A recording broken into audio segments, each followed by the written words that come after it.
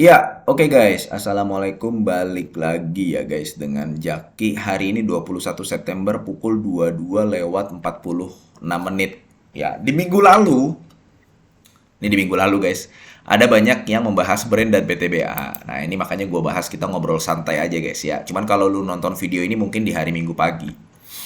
Nah, sekarang kita ngobrolin soal brand. Brand ini ya, dia direncanakan akan masuk FTSE Global Equity Series ya, mulai 20 September 2024 dan efektif 23 September 2024. Tapi ya FTSE Russell menghapus brand ya rencananya guys ya, eh, rencananya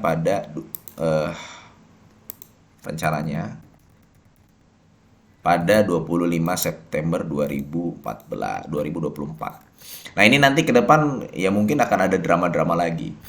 Sebelumnya, brand itu pernah gagal masuk karena FCA, karena mengurangi likuiditas dan transparansi. Sekarang karena free float, ya, karena 97% saham dipegang oleh 4 orang atau 4 pihak. Ya, lu udah tau lah. Cuman kalau gue begini guys ya, terkait dengan saham brand, beritanya udah di mana-mana dan lu juga mungkin udah tahu dari YouTube atau dari teman-teman YouTuber yang lain. Ya, kalau gue gini guys, ya, ini pesan gue aja nih ya, kalau semua orang di bursa itu pinter, siapa yang beli di pucuk? Nah, itu guys. Itu pesan gue yang pertama terkait dengan saham brand. Ya, ini lu bisa dapat dua pesan di sini. Dan ini pesan dari gue guys ya. Yang kedua, lu nggak perlu cepet kaya. Tugas lu di pasar modal adalah tugas lu di pasar modal adalah menumbuhkan aset ya, dan jangan sampai lu jatuh miskin. Nah, ini terutama buat lu yang pemula guys ya, gini. Apakah gue megang saham brand? Enggak, dari awal gue nggak pernah beli. Berarti lu ketinggalan ketinggalan ini dong, ketinggalan kereta karena kan dia naiknya banyak. Iya, betul. Gue nggak ikut kereta, gue nggak ikut gerbong.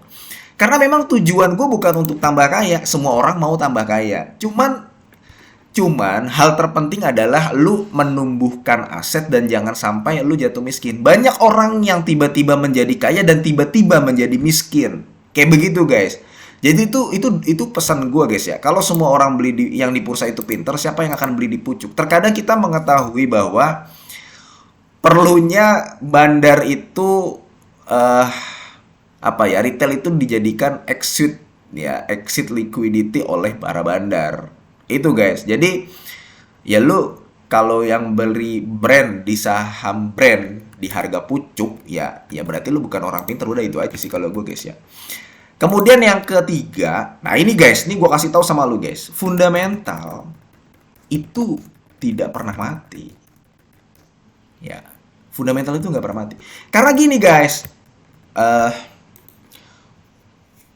fundamental itu memang tidak selalu berjalan beriringan atau selaras dengan harga saham. Kalau misalkan fundamental dengan harga saham selalu berjalan beriringan atau selaras, bagaimana kita mencari cuan? Kayak begitu.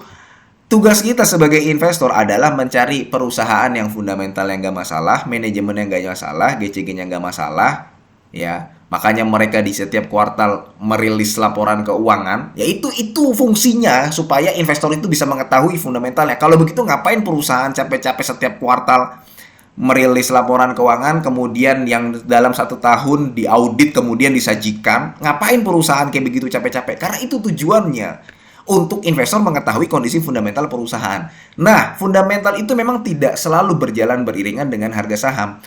Justru karena itu, maka itulah peluang kita sebagai investor. Karena tugas kita sebagai investor itu nyari perusahaan yang fundamentalnya bagus, yang sahamnya belum naik.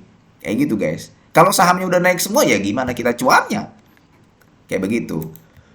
Jadi 3 pesan ini yang perlu lu pahami guys ya, terkait dengan saham brand. Kalau saham brand sendiri bagaimana? Kalau gue ngeliatnya gini guys ya. Jadi batuk tuh gua. Jadi TPIA TPIA ya, kemudian Cuan, kemudian Brand. Ini kan longsor semua kemarin ya. TPIA berapa sih? TPIA itu ada di angka ini guys. Kalau gua nggak salah 600 miliaran ya. Ya, market cap berapa nih? 600 miliar. Harus gas nih market cap ya. 64. Ini. Nah, ada di angka 696 miliar per kuartal 2 tahun 2024. Ya. Kalau misalkan brand robot terus menerus, itu akan berpengaruh ke IHSG. Sedangkan IHSG ini saat ini tidak mencerminkan angka aslinya sebenarnya. Jadi masih ditopang oleh kebanyakan grup Barito Pacific ini. Barito Pacific ini kan market cap-nya gede-gede.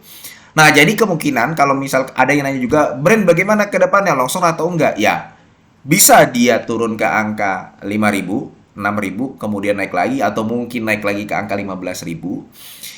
Nggak ada yang tahu. Tapi kalau misalkan ini turun terus-menerus, mungkin kita akan melihat kembali brand ini di suspend. Gunanya apa? Ya supaya IHSG-nya nggak longsor terlalu dalam, guys. Mungkin. Jadi itu bisa terjadi atau enggak. Jadi lu ingat guys ya, 3 pesan gua. Nah, sekarang ada pertanyaan. Bang, PTBA naik 6%. Asing masuk banyak. PTBA naik 6%. Mau asing atau domestik atau lokal ya yang masuk, gue pernah buat di video ini guys. Jadi di video ini sekitar 2 minggu yang lalu, gue membandingkan saham brand lah gitu, Adaro, PTBA sama ITMG. Di situ gue sampaikan dari ketiga saham ini yang sebenarnya sahamnya belum kemana-mana itu adalah PTBA guys.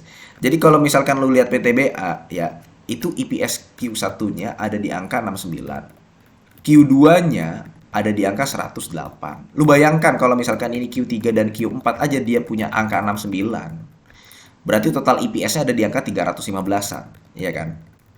315. Nah, 315 ini ya, kalau kita lihat dari harga PTBA yang tadinya ada di angka 2.600-an, itu masih murah. Sedangkan kalau kita lihat Adaro, dia udah naik ke 4.000. ITMG udah naik ke 27.000, kemudian dia turun lagi kan, habis cumdet, sekarang masih di angka 25.000, belum turun-turun banget. Dia udah ke 2.600, 2.700 itu masih murah. Gitu guys.